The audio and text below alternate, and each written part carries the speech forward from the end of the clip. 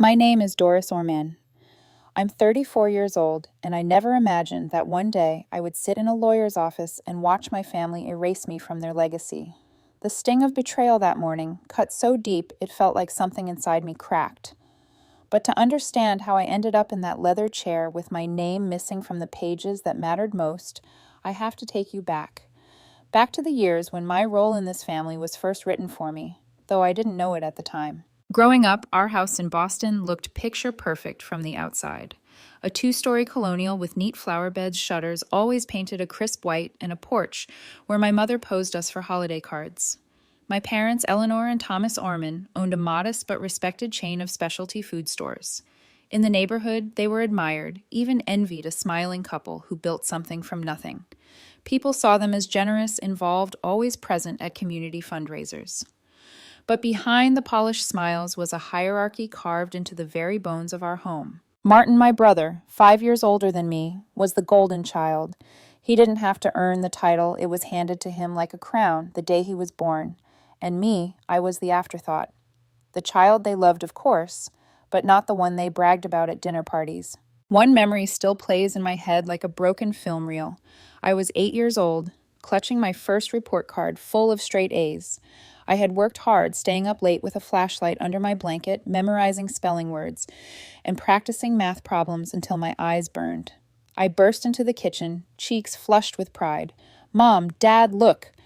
I waved the paper like a flag of victory. My mother gave it the briefest glance. "That's nice, Doris." Her lips curled into a faint smile, but her eyes slid past me to Martin, who had just strutted in wearing his baseball cap.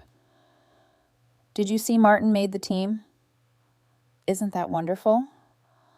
She enveloped him in a hug while my father clapped him on the shoulder. My paper drooped in my hand like it had lost its meaning in seconds. That was the pattern. My achievements were commendable, but his were celebrated. When Martin scraped by with a C on his math test, it was, "He tried so hard, poor thing." When I aced mine, it was, "Of course she did. Doris is always good at school." Years later, the difference in our graduations made the hierarchy undeniable. Martin, at 18, was handed a brand new red Ford Mustang. I still remember running my fingers along the shiny hood, the way the sunlight bounced off its curves like it belonged in a commercial. My father's chest swelled with pride. "A man needs a good car to start his adult life," he said, keys dangling from his fingers before pressing them into Martin's palm. 4 years later, at my own graduation, valedictorian, top of my class, I opened a card that rattled when I shook it. Inside was a $50 bookstore gift certificate. My father chuckled when I asked about a car. "We can't afford extravagances, Doris. College is expensive enough." I smiled politely, swallowing the lump of disappointment. But inside, something hardened. Even then, Martin wasn't exactly remarkable. He dabbled in sports, then quit when practices got too hard. He switched hobbies every few months, guitars one season, skateboarding the next. But every fleeting interest of his was met with applause and encouragement. Meanwhile, I burned myself out chasing their approval, thinking maybe if I shined bright enough, they'd finally see me. Martin knew the role he played, and he leaned into it. As kids, he teased me mercilessly. "Banking Doris," he once called me when I said I wanted to study finance. So boring. At least I'll be doing something exciting. He never realized, or maybe he did, that each jab chipped away at me, not just because of the words, but because I knew my parents would never defend me. They'd chuckle and say, "Oh, that's just Martin being Martin." It wasn't just words. Martin learned early that taking from me had no consequences. He borrowed my bike, returned it with bent wheels. He asked for my allowance, promising to pay me back, and never did. The worst came in my senior year of high school when I lent him my car for the weekend. 3 weeks later, he rolled up with an empty tank and a dent in the passenger side door, muttering something about a shopping cart accident. My parents brushed it off. Be glad he brought it back at all. Through it all, I convinced myself this was normal. Families weren't perfect. Every sibling dynamic was messy. But even as a teenager, I couldn't shake the gnawing feeling that no matter what I did, I was destined to play second fiddle. Sometimes in quiet moments, I would imagine different parents who saw me, who said, "Doris, we're proud of you. We know how hard you work." I wanted it more than anything, that simple recognition, but wishing for it only deepened the emptiness when it never came. One night when I was about 17, I overheard my parents talking in the kitchen. Martin had just come home past midnight smelling of beer. I was furious, ready to expose him. Then I heard my mother's voice through the half-open door. "He just needs more guidance. He'll grow out of it." My father sighed. "At least he's not like Doris. She doesn't need us at all. Too independent for her own good." I froze, breath caught in my chest. Too independent. As if that were a flaw. I realized then they had built a story around us. Martin, the fragile son needing protection and second chances. Me, the capable daughter who would fend for herself no matter how they treated her. It was easier for them to believe this narrative than to admit they had chosen favorites. I crept back to my room, tears burning my eyes. That was the night I understood, not just felt, but truly understood, that I could give my parents everything, and it still wouldn't balance the scales. Still, I kept trying. That was the cruelest part. Each award I won, each scholarship I earned, I still hoped maybe this one would make them proud. Maybe this would tip the balance. But deep down, a seed of bitterness was growing, a quiet rage that would one day bloom into something I couldn't ignore. Looking back now, I see those years for what they were, the opening act of a play I didn't audition for, cast in the role of the responsible, overlooked daughter. And Martin, the chosen one, was already rehearsing his part as heir, even if he didn't yet realize the power it gave him. If I had known where those roles would take us decades later, maybe I would have fought harder to change the script. Maybe I would have walked away sooner. But I didn't. I stayed. And that choice would cost me everything. By the time I turned 16, I had already internalized the silent rules of our household. Martin was the one worth investing in, and I was the one expected to manage on my own. My parents never said it outright, but every decision they made reinforced the same message: Martin needs us more.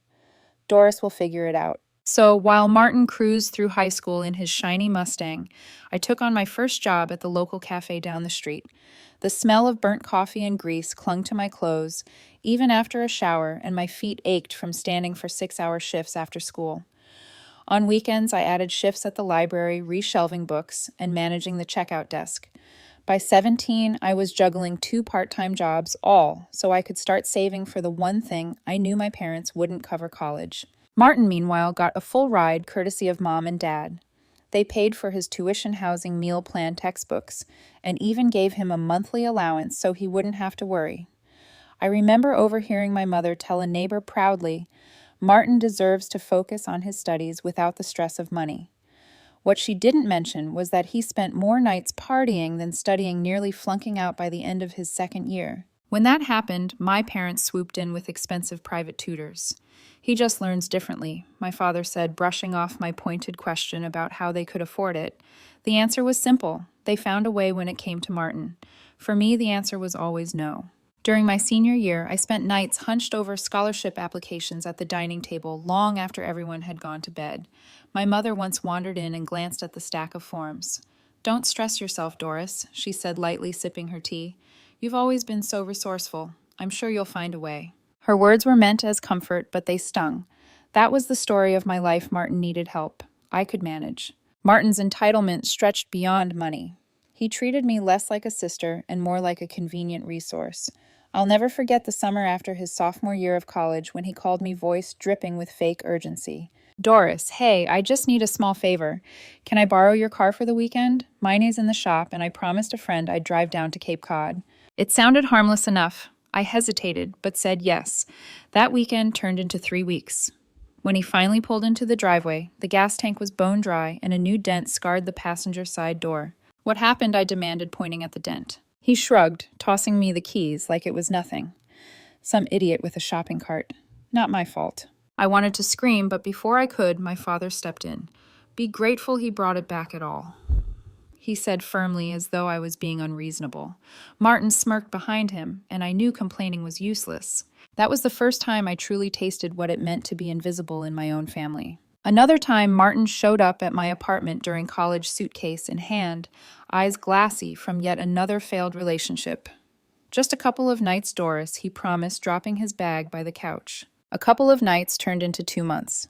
He ate my food, left dirty dishes in the sink, and never once offered to chip in for rent or utilities. When I finally confronted him, he looked offended. "You're making good money at your job, aren't you? Don't act like this is a big deal." I was working 20 hours a week on top of full-time classes, scraping together rent and tuition with barely enough left over for groceries. But in his mind, my struggle didn't exist.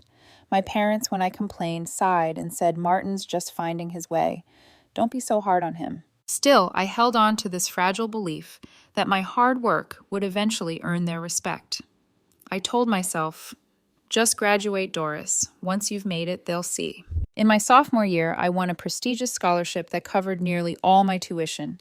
I was ecstatic calling home the moment I got the news. My mother's voice was warm but distracted. "Oh, that's wonderful, honey. By the way, did you hear Martin's been talking about starting his own business after college? Isn't that exciting?" I stared at the phone in disbelief. Even when I carried my own future on my back, their attention tilted toward him. The truth settled deeper each year. Martin wasn't simply favored because he needed help. He was favored because they wanted to favor him. He fit into the story they wanted to tell the son who would carry on the family legacy. And me, I was the daughter who could stand alone, the one they didn't have to worry about. But beneath that surface confidence, I was drowning in exhaustion. Balancing jobs classes and the weight of invisibility took its toll. There were nights I fell asleep over my textbook's pen, slipping from my hand, tears staining the margins of my notes. Sometimes I'd think about running away from it all, transferring to a university in another state, cutting ties, starting fresh, where no one knew I was the lesser child. But guilt always tethered me. They were my parents. Martin was my brother. Surely things would balance out in the end. One evening, though, I overheard Martin bragging to his friends about me. I was walking past the living room when his voice carried out. "Yeah, Doris is like my backup plan," he laughed. "If things don't work out, I can always crash with her. She's too soft to say no." His friends chuckled, and the sound hit me like a knife twisting in my gut. That was how he saw me, not as a sister, but as a safety net. I should have confronted him then, should have told my parents, should have walked out.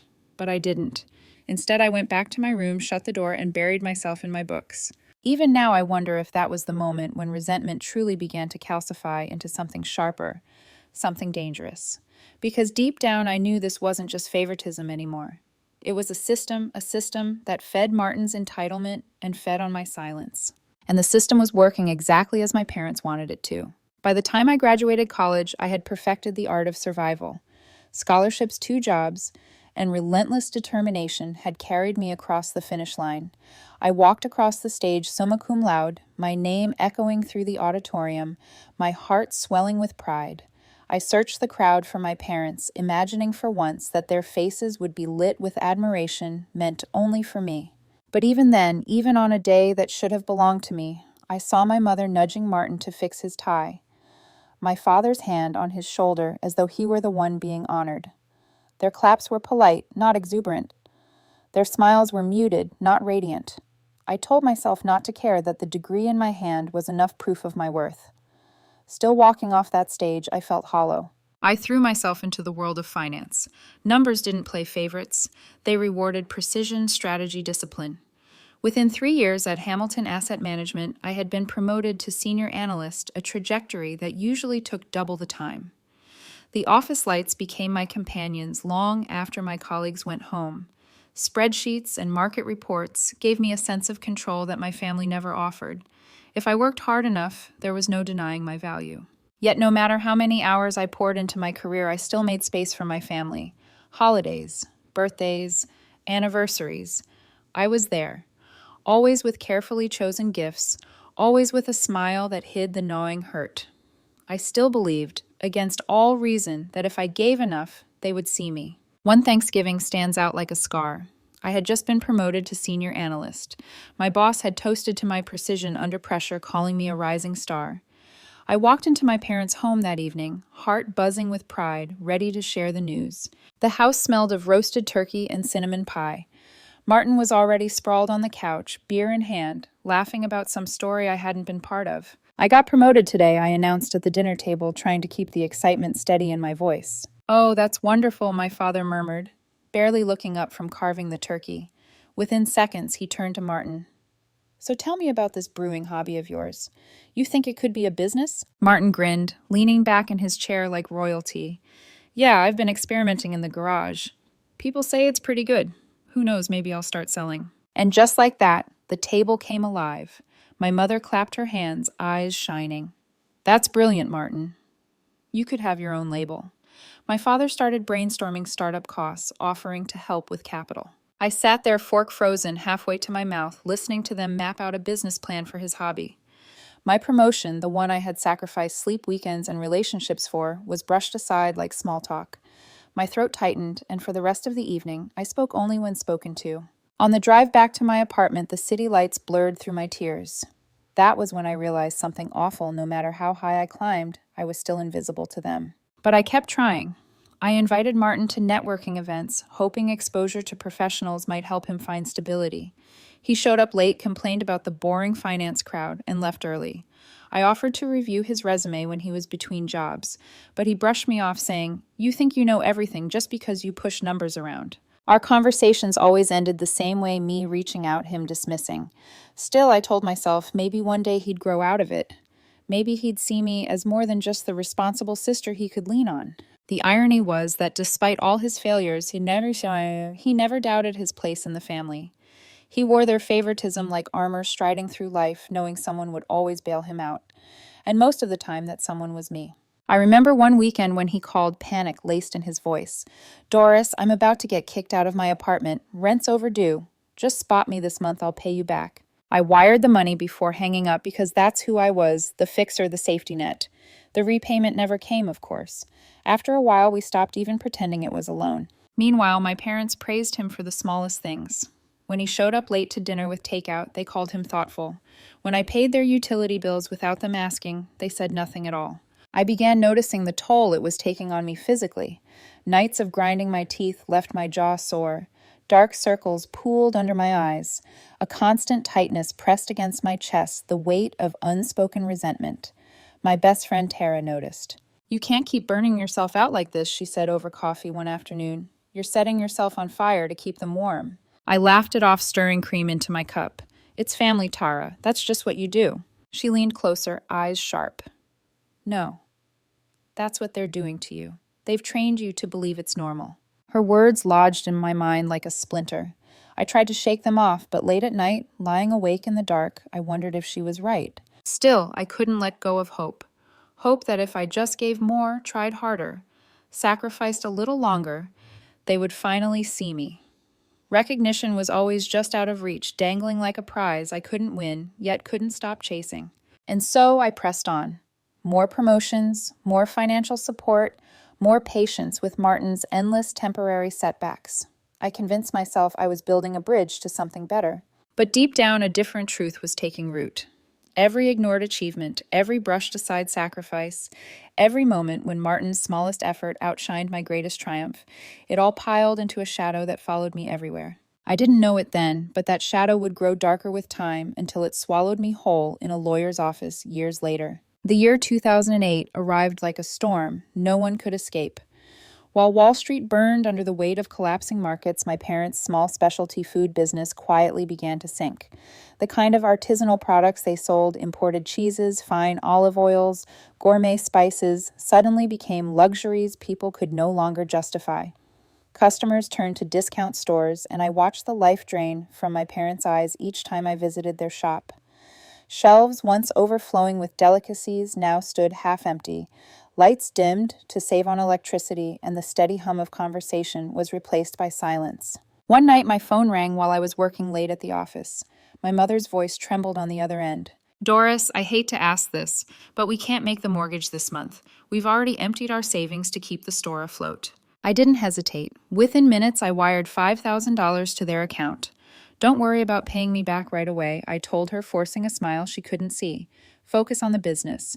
That was the beginning. What started as a single rescue quickly turned into a monthly expectation. At first, they would call me directly, voices dripping with apology. "We're so sorry, Doris. Just this once." But soon the apologies disappeared. By the end of that year, I had automatic transfers set up so their mortgage would never fall behind. The quiet bleed of money didn't stop there. When their credit card debt ballooned past $20,000, I wiped it clean, convincing myself it was temporary. When Martin couldn't find the right job and was about to be evicted, I covered his rent for months. He promised to pay me back with interest. He never did. I told myself it was loyalty. I told myself this was what family did. But somewhere inside, I knew the truth. I was becoming their safety net, their invisible investor. The heaviest burden fell during their health crises. My father's mild heart attack came first. I remember pacing sterile hospital hallways, the stench of disinfectant clawing at my nose. I insisted on the best cardiologist in Boston paid every bill insurance wouldn't cover.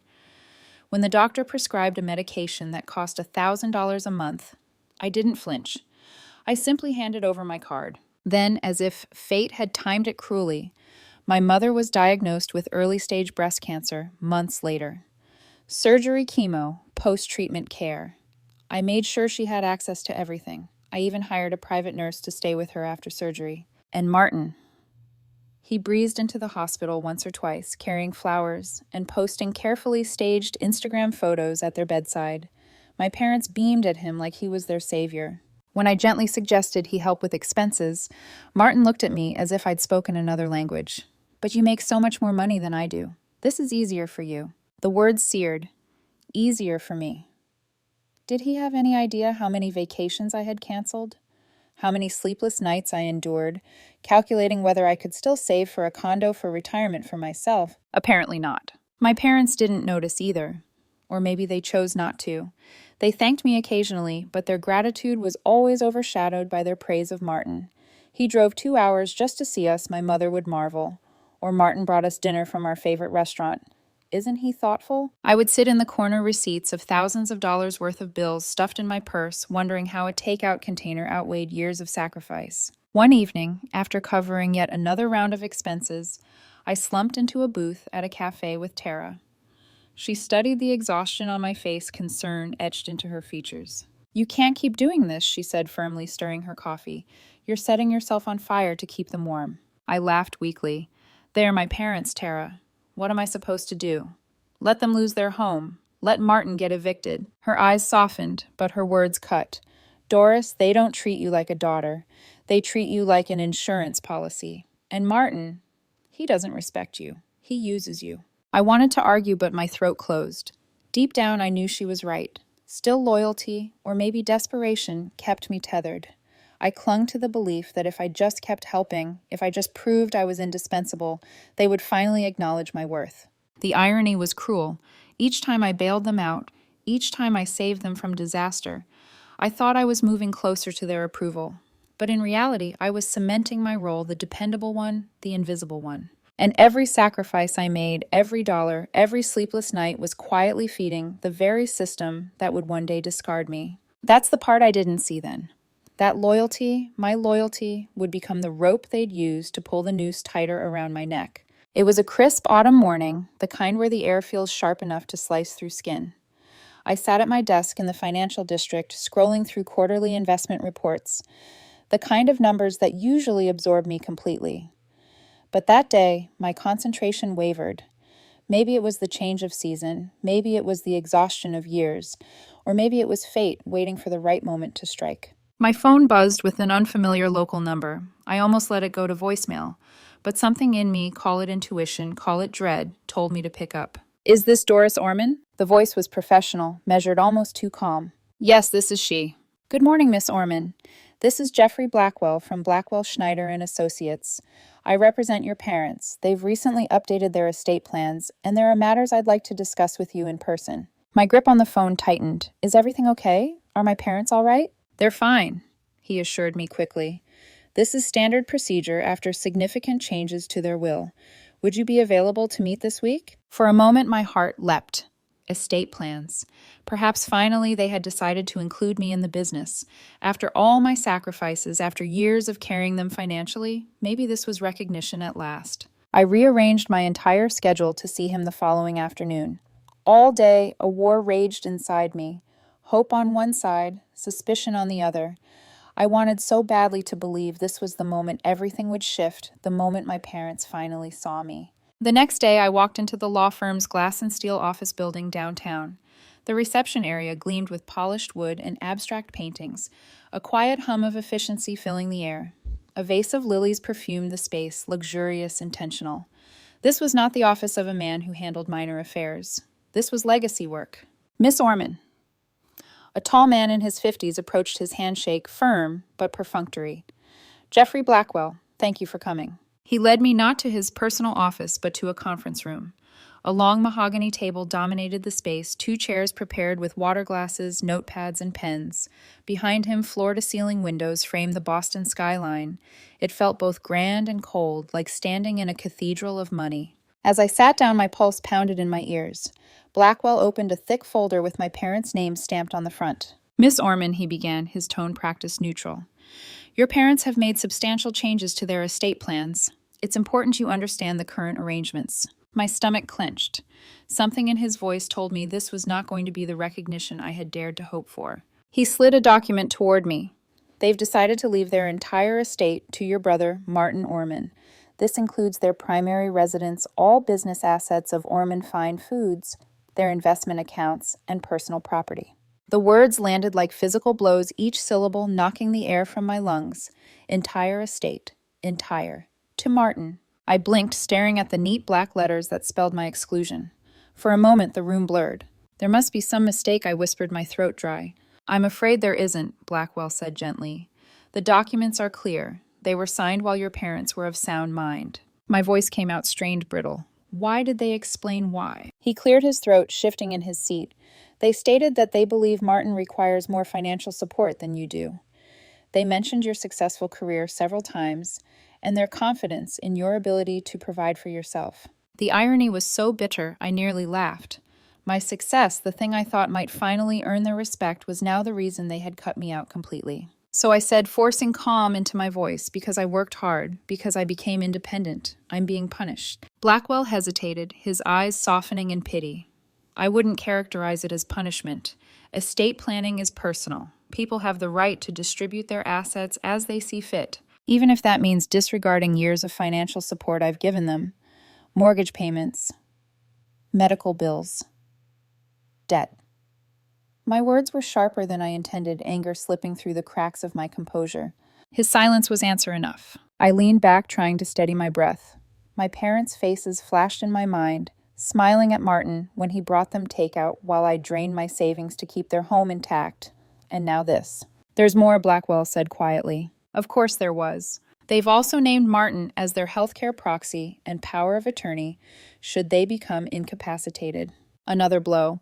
Not only was I unworthy of their inheritance, but I wouldn't even have a voice in their medical or financial decisions if they couldn't manage themselves. I nodded slowly, though my insides burned.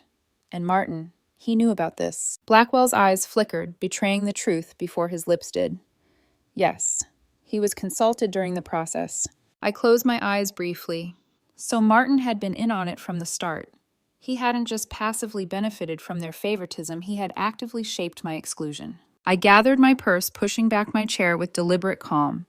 "Thank you, Mr. Blackwell. I appreciate your time." He slid a business card across the table. "If you have any legal questions, don't hesitate to call." I took it automatically, though I knew I would never use it. The damage was already done. The elevator ride down felt endless. By the time the lobby doors opened, numbness had settled over me like frost. Outside, the city buzzed as if nothing had changed, while my entire world had been rewritten in a stranger's conference room. On the sidewalk, I pulled out my phone. 3 missed calls from Martin. News traveled fast. I stared at his name glowing on the screen, bile rising in my throat. He wanted to talk. He wanted to explain, but I wasn't ready. For now, all I could do was walk one foot in front of the other through streets I suddenly didn't recognize, trying to process the unbearable truth. I had given everything to my family, and in return, they had given me nothing. When I finally returned to my apartment that night, Boston's streetlights flickering like distant embers against the dark, I almost didn't notice the figure leaning casually against my door. Martin. He was scrolling through his phone, his posture relaxed, his grin ready, as if this were just another ordinary evening. When he looked up, he didn't see the wreckage inside me.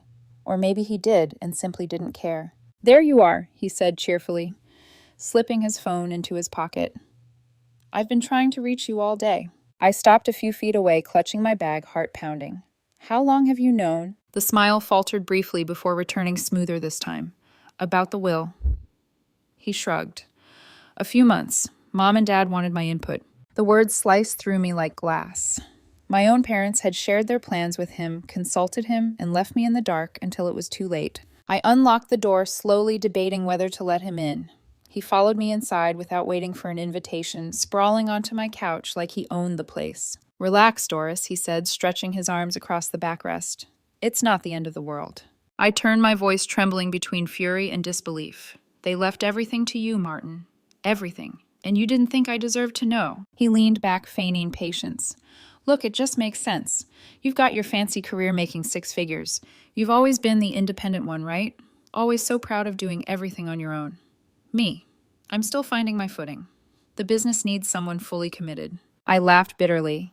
"So my success is being held against me, and your inability to hold a job is being rewarded." His expression hardened. "That's a nasty way of looking at it." "It's the truth," I shot back. Martin shifted forward, elbows on his knees, voice low and patronizing.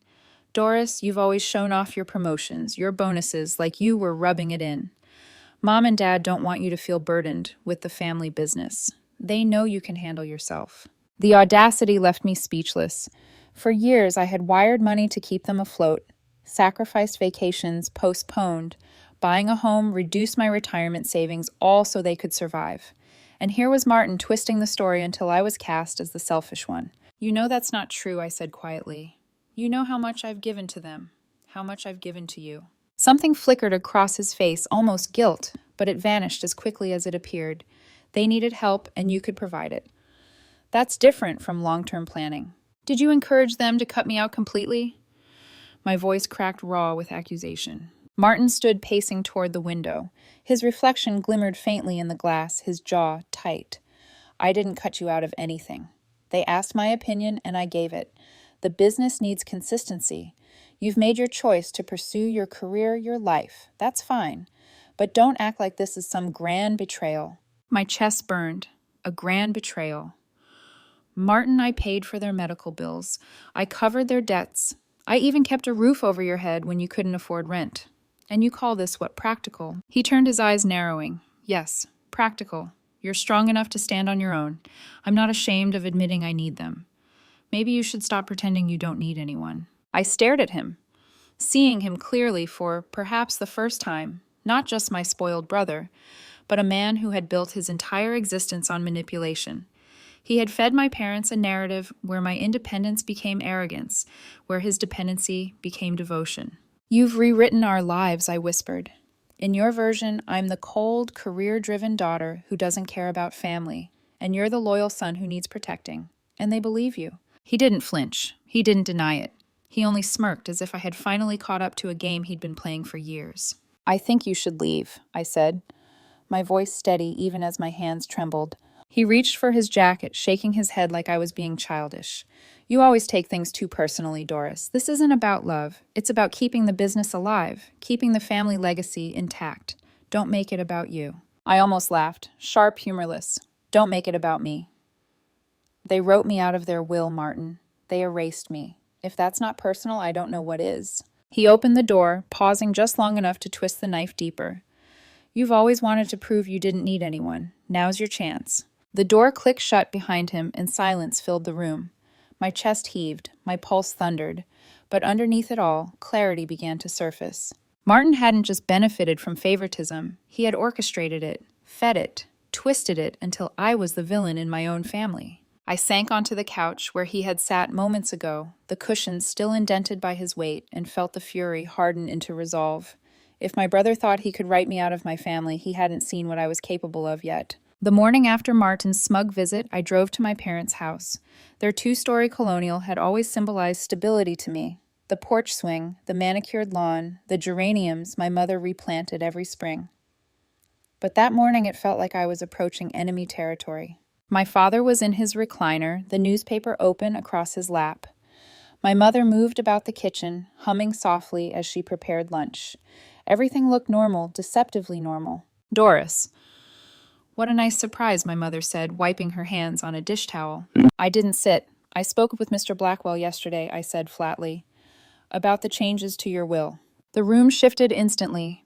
My father lowered his paper, exchanging a look with my mother. "We were going to discuss that with you," he said, though the hesitation in his voice betrayed the lie. When I snapped, after everything was finalized, "Oh, wait, it already is." My mother sighed, moving into the living room. "Sit down, Doris. There's no need to be dramatic." "Dramatic." My voice shook with disbelief. You've written me out of your will, consulted Martin about it, and didn't give me the courtesy of a single conversation.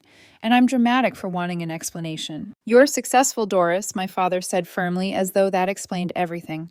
Martin needs our support more than you do. I've been supporting this family for years, I shot back. Who do you think has been paying half your mortgage, covering your medical bills, keeping the business afloat during the recession? They glanced at each other again, a silent exchange I couldn't decipher. We appreciate your help, my mother said carefully, but that was temporary during difficult periods. This is about the long-term future of the family assets. So my contributions count for nothing, I whispered. My father's tone softened, but the words stung more than comforted. We're proud of you, Doris. You've built a life, a career that provides security. Martin hasn't had those same advantages. Advantages. I nearly laughed. He got a car for graduation. I got a gift card. He had his college fully funded while I worked 3 jobs. He's had endless second chances, endless bailouts, and you still say he had fewer advantages. My mother's expression hardened. You've always been so independent, Doris, always insisting on doing things your way. Martin understands the value of family legacy. He wants to continue what we've built. The subtext was clear. Martin belonged. I didn't. And you still expect me to continue supporting you financially? I asked quietly, my heart pounding. They both shifted uncomfortably. My father finally said, We assumed you would want to help your family. That's what family does. The hypocrisy was staggering. Family helps family unless it came to recognizing my sacrifices. I turned ready to storm out when something caught my eye. In the home office, a drawer of the old oak file cabinet sat slightly ajar. Normally, my parents were meticulous about keeping it closed. I don't know what compelled me, but I walked over and pulled it open. Inside, neatly labeled folders sat in perfect rows. One bore my name. My breath caught as I opened it. Inside was a meticulous record of every payment I had ever made to them. Bank transfers, checks, medical bills, I had covered each entry logged with dates and amounts. Pages upon pages, my entire financial history with them, cataloged like business transactions. At first, I thought maybe this was acknowledgement proof they had noticed after all. But then I found another folder labeled Martin Investments. Hands trembling, I opened it. There, stapled neatly, were documents showing how some of my contributions had been funneled into ventures for Martin. Startup capital for his beer hobby. Investments in half-baked businesses that had already failed. Money I thought was helping them survive had been diverted to prop up his endless attempts at success. I snapped photos of everything with my phone, my stomach churning. My parents hadn't just favored Martin. They had systematically exploited me using my support to gamble on his future while planning to leave me nothing. Doris, my mother's voice was sharp now.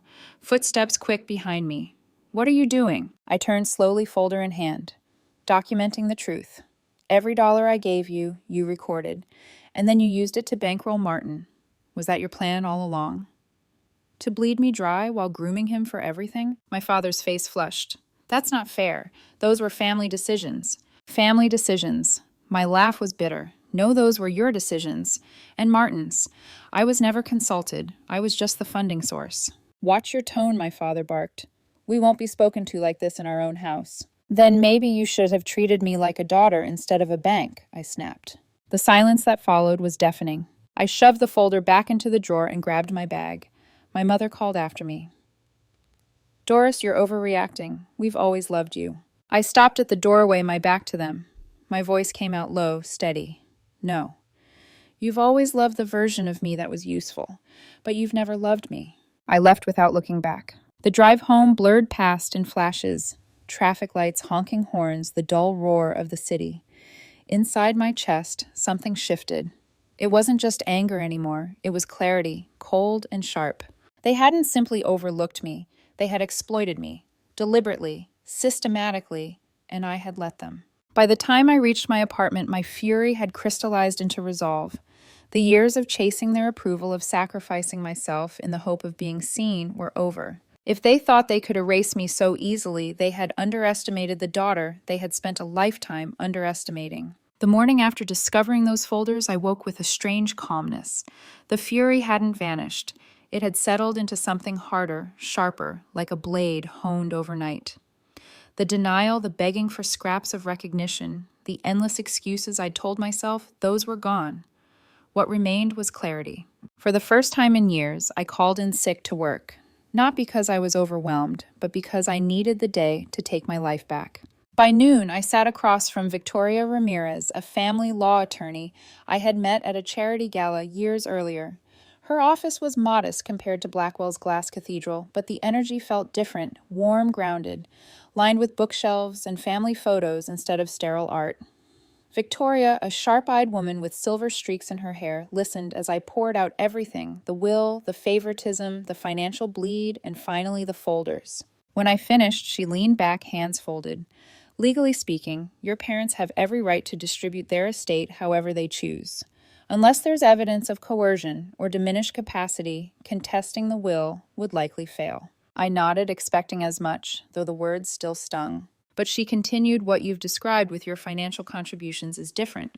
The automatic transfers, the credit cards, the medical payments, those are entirely within your control.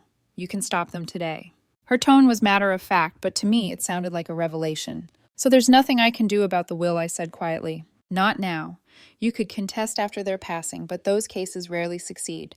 What you can do, she leaned forward, voice firm, is stop enabling a pattern that's hurting you. Protect yourself.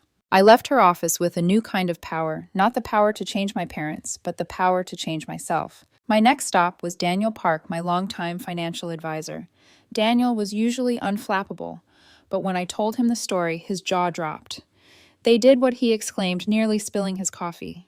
After everything you've done for them. His outrage was a balm, a validation I hadn't realized I was desperate for. Help me untangle this, I said, sliding my bank statements across his desk.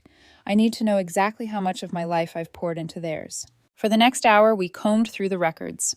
Automatic transfers to my parents' mortgage, $1 and $800 a month, every month, for years. Credit card debt. I'd paid off twice, totaling more than $20,000. Medical expenses, specialist appointments, prescriptions, private nursing care amounting to tens of thousands more. Rent I'd covered for Martin during his temporary unemployment. When Daniel tallied the numbers, I felt physically ill. Over the last 5 years alone, I had given away $278,000. This isn't occasional help, Daniel said quietly. This is systematic support. You've been their lifeline, Doris. And they still erased you. I pressed my palms against my eyes, nausea swirling in my gut. The number wasn't just money. It was years of my life vacations. I never took the condo I still hadn't bought, the retirement contributions I had minimized. What do I do now? I whispered. Daniel's voice softened. You do for yourself what you've always done for everyone else. You make a plan, a real one. Together we mapped it out. Step 1. Cancel every automatic transfer immediately. Step 2. Remove my parents as authorized users on my credit card. Step 3. Redirect those funds into my own future, maximize my retirement contributions. Rebuild my home savings. Allow space for the dreams I had shelved for too long. For the medical expenses which tugged at my conscience, we devised a transitional plan. I would cover them for 3 more months, giving my parents time to arrange other options. After that, they were on their own. Martin, on the other hand, was cut off completely. No more emergency rent, no more handouts disguised as loans, no more safety nets. This is financial self-care, Daniel told me, watching as I scribbled notes. Not selfishness. There's a difference. I went home that evening with a folder full of instructions and a fire burning in my chest. Sitting at my laptop, I logged into my bank accounts. My cursor hovered over the first automatic transfer, $1 and $800, scheduled to leave my account in 3 days. For a moment, my hand trembled.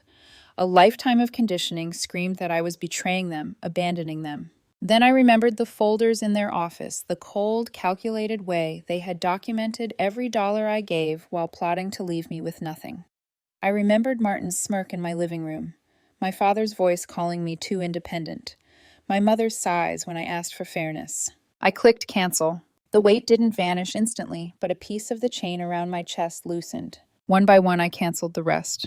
The credit card account, the pharmacy payments, the transfers for Martin's landlord. For the medical bills, I set the 3-month end date. Then, with trembling fingers, I called my credit card company. Remove Eleanor and Thomas Orman as authorized users, I said, my voice steady. By the time I finished, the screen in front of me looked different. Empty, almost. For years, these payments had tethered me to a system that drained me dry. Now, for the first time, the pipeline was severed. I leaned back in my chair, exhaling a shaky breath. The guilt still clung like smoke after a fire, but beneath it was something new. Relief. A fragile sense of rightness. As night fell, I sat by the window of my apartment watching the city lights flicker to life. For once, I allowed myself to imagine a future shaped not by obligation, but by desire. A condo of my own, travel, rest, relationships not built on sacrifice, but on reciprocity. I knew the silence wouldn't last. My parents would notice the missing transfers. Martin would call furious. There would be confrontations, accusations, guilt trips, but I also knew something had shifted inside me forever. I had spent decades trying to earn their approval, trading my future for the hope of recognition. That hope had died in a lawyer's office. What was born in its place was something fiercer. The courage to say for the first time in my life, not mine. For a week after I cut the cords, there was silence. No calls from my parents, no texts from Martin. The quiet was unnerving, like the air before a storm.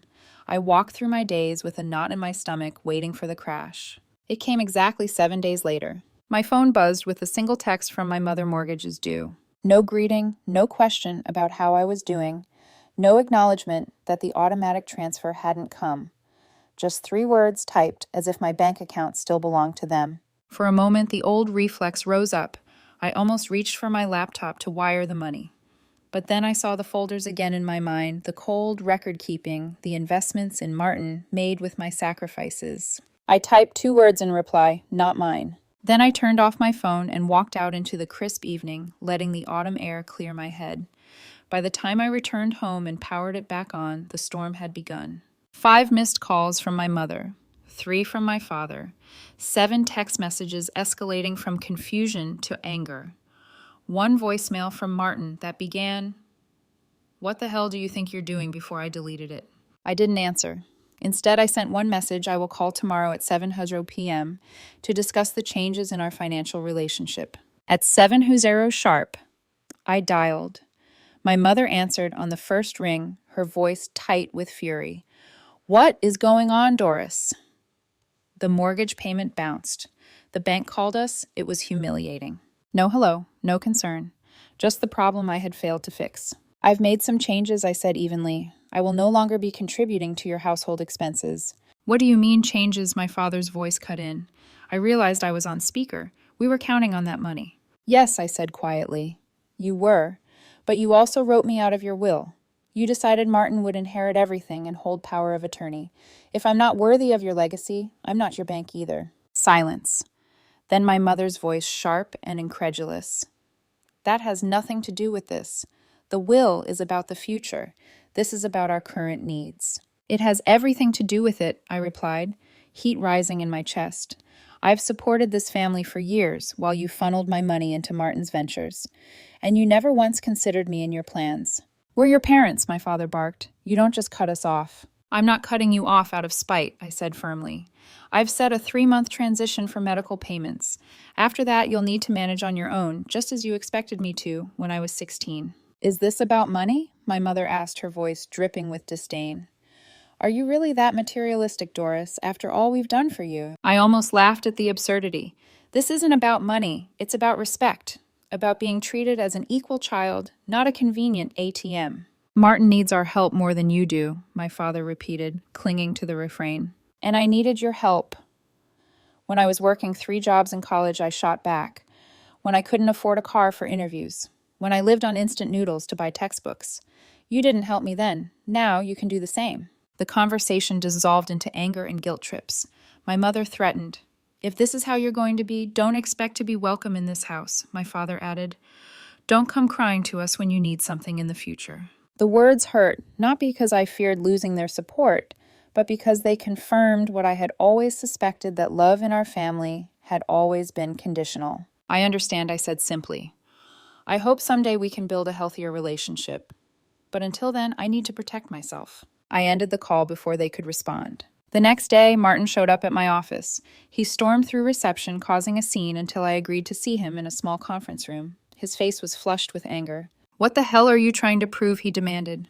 "Mom and Dad are devastated. The bank is threatening foreclosure. That sounds like a problem for the three of you to solve, I said calmly, just like I had to solve my problems alone for years. This is different, he snapped. They're older now. They need support. They have another child, I reminded him, one who stands to inherit everything. Maybe that child should step up. For the first time, he faltered. You know my situation isn't stable right now. I can't afford to help them the way you can. Then maybe you should reconsider accepting an inheritance that comes with responsibilities, I said coldly. If you're not prepared to help them now, how will you manage their assets later? His jaw tightened. He had no answer. Instead, he resorted to threats. You'll regret this, Doris. When you've driven away the only family you have, when you're all alone with your money and your career, you'll wish you made different choices. I looked at him. Really looked at him. The handsome, confident facade our parents adored was cracking, revealing a man terrified of responsibility, desperate to keep the golden boy narrative alive. I may be alone, Martin, I said quietly, but at least I'll be standing on my own 2 feet, not living off the sacrifices of others.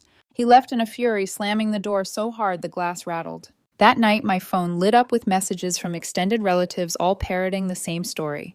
I was selfish, I had abandoned my aging parents, I cared only about money. Clearly, my parents and Martin had given them a carefully curated version. Some begged me to reconsider for the sake of harmony. Others accused me outright of being heartless. I crafted one careful reply and sent it to all. This is a private matter between me and my immediate family. I have supported them financially for years, while being excluded from their future plans. I have made choices necessary for my well-being. Please respect that there are multiple perspectives. Some understood. Others stopped speaking to me entirely. Through it all, I held firm. For the first time in my life, I wasn't bending under guilt. The system was cracking, and it terrified them. And though I felt the ache of loss beneath it, was something unfamiliar, something liberating, freedom. The weeks after my confrontation with Martin and my parents were the hardest. Silence stretched between us like a canyon. Holidays came and went without invitations. Birthdays passed with nothing more than obligatory texts. At night, I lay awake replaying every word, every accusation, questioning if I had been too harsh, too absolute. But beneath the guilt was a quiet relief. For the first time in years, I wasn't waiting for the next financial crisis, the next frantic call, the next demand disguised as family duty. My bank account no longer drained itself at the beginning of every month. My calendar wasn't littered with trips to hospitals and meetings about debts that weren't mine. The absence of their weight was startling. Still, I knew I couldn't carry this transition alone, so I sought out help. Dr. Elaine Watson, a therapist specializing in family dynamics, welcomed me into a sunlit office filled with books and plants.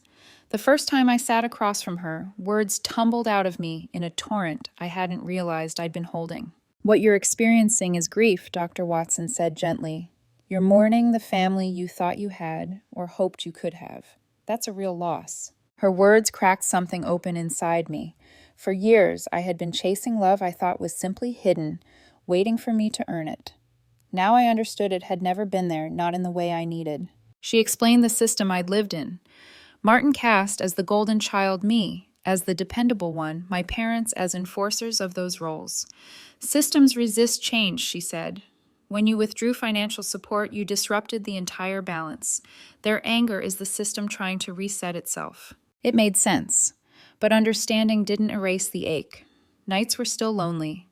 Old habits of guilt rose like ghosts, whispering that I was selfish.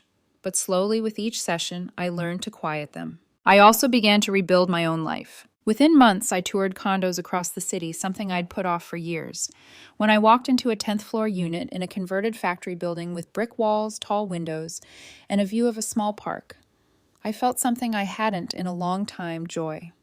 I signed the papers a week later. Furnishing it became a project of self-expression.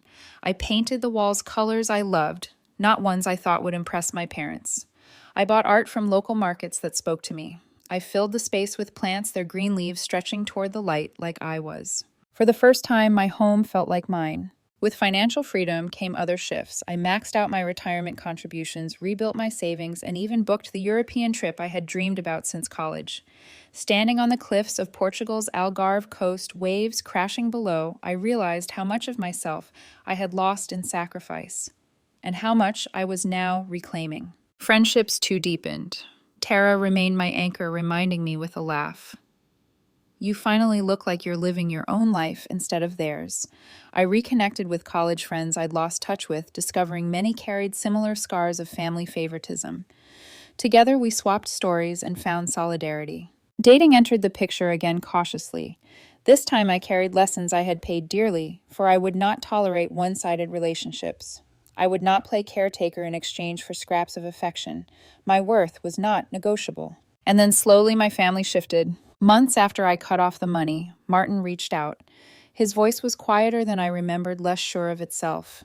The business is harder than I thought. Payroll, taxes, suppliers, it's all on me now. For the first time, he was working regular hours, carrying real responsibility. He admitted reluctantly, "I never realized how much you were doing behind the scenes, or how much Mom and Dad leaned on you." It wasn't an apology, not exactly, but it was acknowledgement, the first I had ever received. My parents resisted longer. They tried guilt. They tried anger. They even tried silence. But eventually, reality forced them to adjust. They sold their big house, downsized to a condo. When I visited, I saw in their eyes the weariness of people who had lived beyond their means for too long. A year after the lawyer's office, they invited me to dinner. The meal was stiff conversation, cautious. Then my father cleared his throat. "We've been thinking about the will, about how things looked from your side." My mother added, "We've spoken to Mr. Blackwell. We're revising the estate to be more equitable." The words were careful hedged, but they were a step. I didn't leap to gratitude. I didn't cry or forgive on the spot. I simply nodded. That sounds like a thoughtful decision. Because by then, I understood something vital. The real transformation wasn't theirs. It was mine. I had stopped measuring my worth by their recognition. I had stopped setting myself on fire to keep them warm. I had stopped mistaking obligation for love. Sometimes late at night in my new condo, I'd sit by the window with a glass of wine watching the park below. The trees shifted with the season's bare branches giving way to green, then to gold. I thought of the message I had sent that first week, not mine. 2 words that had ended decades of exploitation. 2 words that had given me back my life. Perhaps my family would never change completely. Perhaps Martin would always crave an easier path, and my parents would always tilt toward him. But that was no longer my burden to carry. Because I had learned the most important truth of all. Sometimes the bravest thing you can do is say, "Not mine, not my mortgage, not my guilt, not my role as the invisible child." And in that refusal, I found freedom.